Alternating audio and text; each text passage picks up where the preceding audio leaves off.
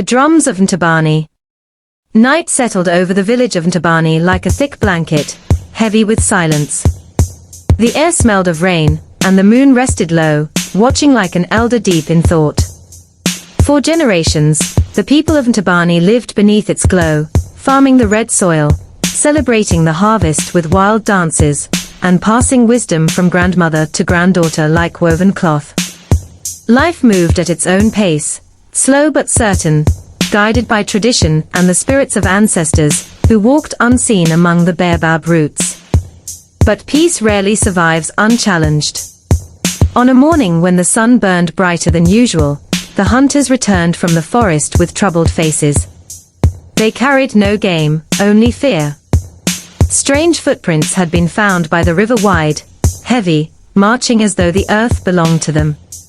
The elders gathered beneath the talking tree, whispering of omens and forgotten prophecies.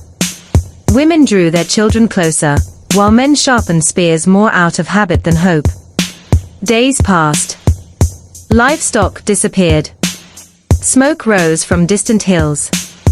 Rumors spread like wildfire. Invaders were coming, warriors without songs in their hearts, hungry for land and power. The village drummed at night, not for dance but for war. Even the young felt the tension, sleeping with fists clenched. When the strangers finally arrived, they came on horses, armored in metal that shone like devouring fire. Their leader rode ahead, tall and cold-eyed, carrying banners stitched in foreign colors. They spoke a language Ntabani ears had never known, yet the meaning was clear enough: surrender, or be swept aside like dry leaves in Harmattan wind. The chief, old yet unbroken, stood firm. His voice trembled only slightly, as he refused to let Ntabani bow. The invaders answered with steel. Spears met guns. War drums met thunder. The earth drank blood that once nurtured yam and millet. The village burned. Mothers wailed as smoke swallowed the sky. Young men fell, their dreams shattered like clay pots. The spirits of the land cried. But defeat is only the beginning of resistance. Those who escaped fled to the caves in the hills, gathering strength like coals waiting for flame. New leaders rose fierce, unyielding, born not of age but of fire. Among them was Nyaku, daughter of a fallen warrior, carrying her father's spear and her mother's courage. She led silent raids in the night, cutting chains, reclaiming stolen harvest, dragging hope back into the hearts of broken people. The invaders grew restless. They ruled during the day, but at night the land itself rebelled.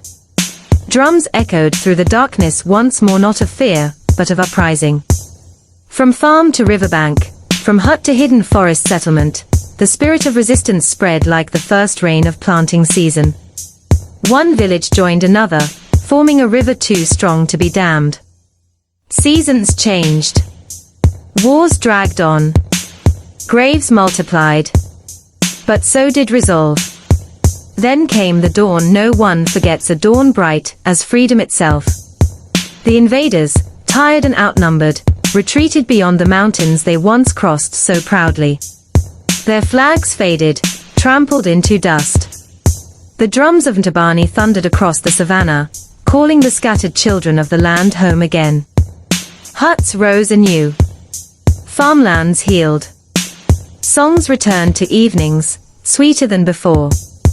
Yet under every laughter lay memory scars not hidden, but worn like beads of honor.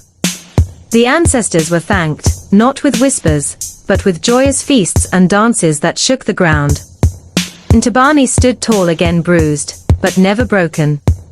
And as the moon watched from above, it shone not on a defeated land,